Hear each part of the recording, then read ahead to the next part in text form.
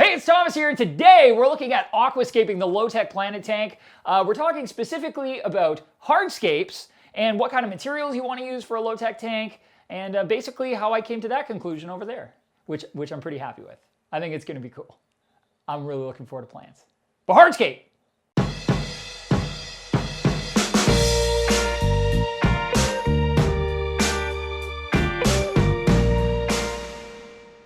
When considering materials for your hardscape, there's a few things that I look at specifically. So number one, I like to use natural elements like natural rock and stone or driftwood, and I stay away from resin ornaments or anything else that is fake, merely because we're using live plants and sticking with that theme of keeping things looking au naturel. It's going to give you the best result.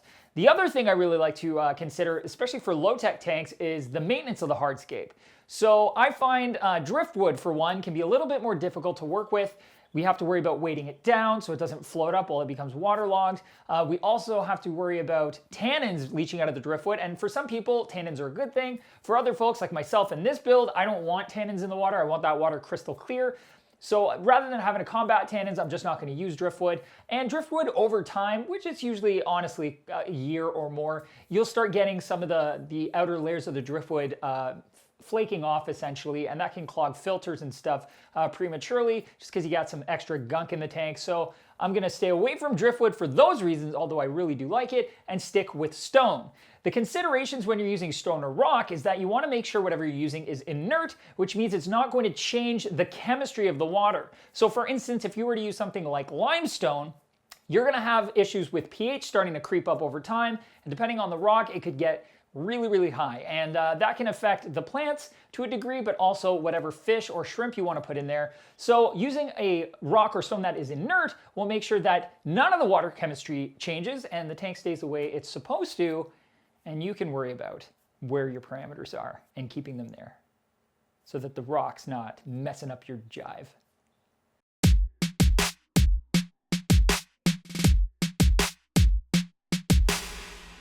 For this particular build, I decided to go with what is called maple leaf rock. There's a few reasons I went with this. Number one, I really like the color of the rock. It's got a lot of earthy tones, slightly on the red side, but overall mostly brown, which I thought also was really cool because it's the same color generally as the stand that the aquarium is on. So I thought it would be interesting to have the green plants around this rock, which almost looks like the colors from the stand being brought up into the display tank. So that's a neat way to marry it. The other thing I really like about maple leaf rock is it's got a ton of texture, and the texture is such that you've basically got layers or like wafers of material stacking on top of each other, and also a lot of crystalline structures, which is really interesting.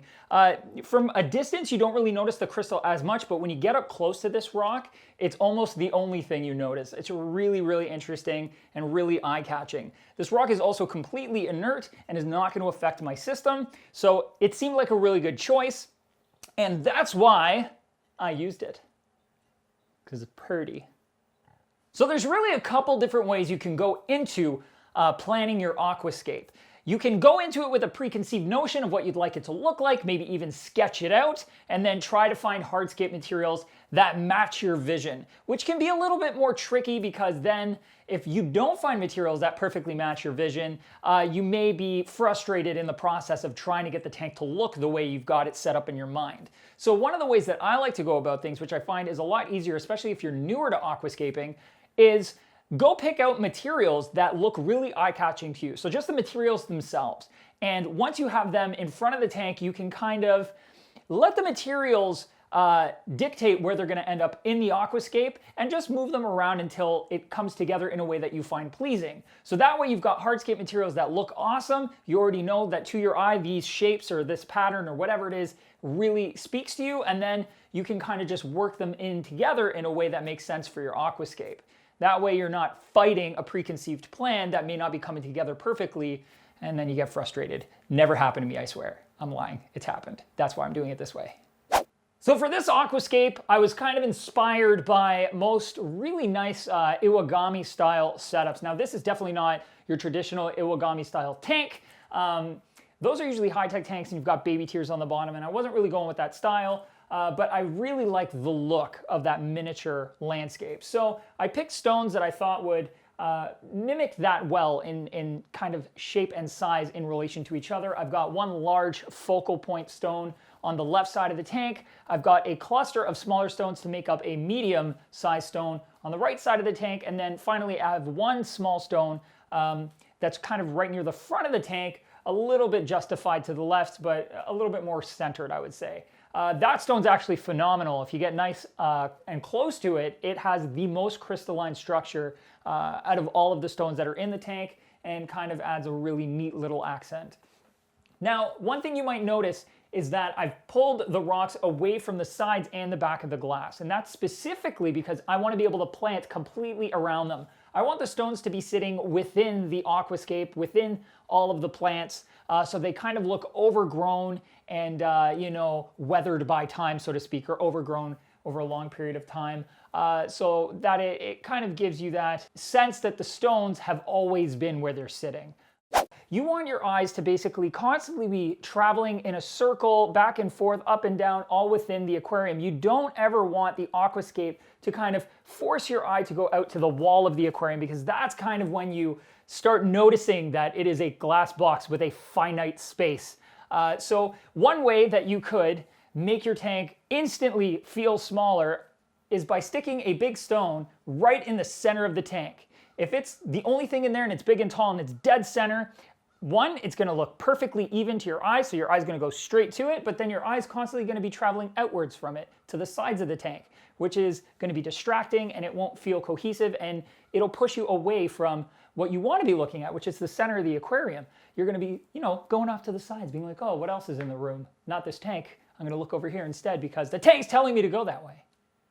Professional aquascapers use a few different methodologies when planning out their aquascape. Basically helps them with the composition of the aquascape and where things should be placed for the best visual appeal. I'm not a professional aquascaper by any means, but I do naturally follow the rule of thirds and the golden ratio. It's just something that I've picked up through all of the practice I've done in setting up aquariums. So I've actually drawn them out here for you so that you can see roughly where my scape falls using those two methodologies. The pink lines here are the rule of thirds, and the big green swirl is the golden ratio. So I would say my scape in this particular instance follows the golden ratio a little bit better than it follows the rule of thirds, but I find that most people, as they kind of progress through aquascaping, will start with the rule of thirds and then eventually move over to the golden ratio because it is a little less precise. The precision of how things are done takes away from how natural they come across. The less precise something looks to our eyes,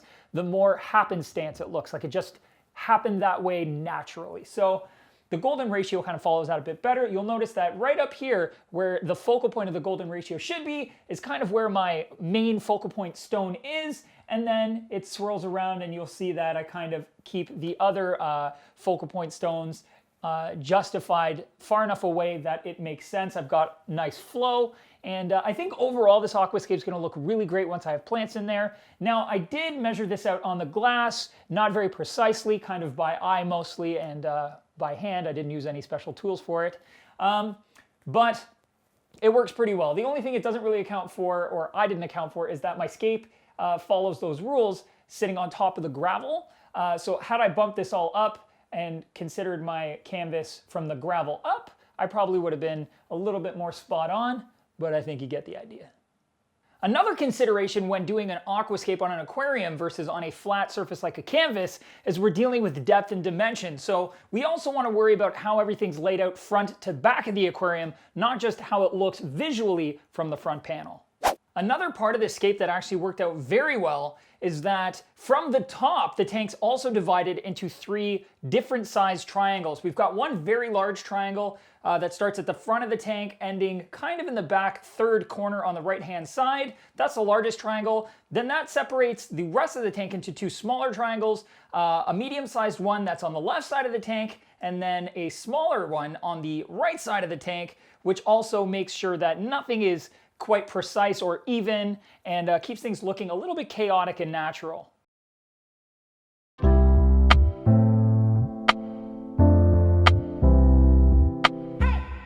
Thank Thank you so much for watching. I hope you enjoyed this episode on aquascaping and maybe became inspired to do some aquascaping of your own. The next episode is going to be on planting a low-tech planted tank. We're going to talk a little bit about what plants work really well for low-tech setups. We're also going to talk about how to prepare plants for planting, and then a general idea of how you can lay plants out in a way that's going to be pleasing to your eye. And obviously, you're going to be seeing me do that with this system here. If you haven't already, feel free to subscribe to our channel. It's awesome, and we love having you here, so if you come back, that would be sweet. We got some really cool stuff coming. I don't want you to miss anything, because if you miss something, how are you going to keep on tanking? When I'm looking at materials for setting up, that was a little low energy for me. When I'm looking for materials, I hope you really like the Aquascape. I'm super jazzed about it. Also, why are my chickens fighting? Stop it! Settle down, Lovelace. That is not an outtake. It is an outtake. Oh.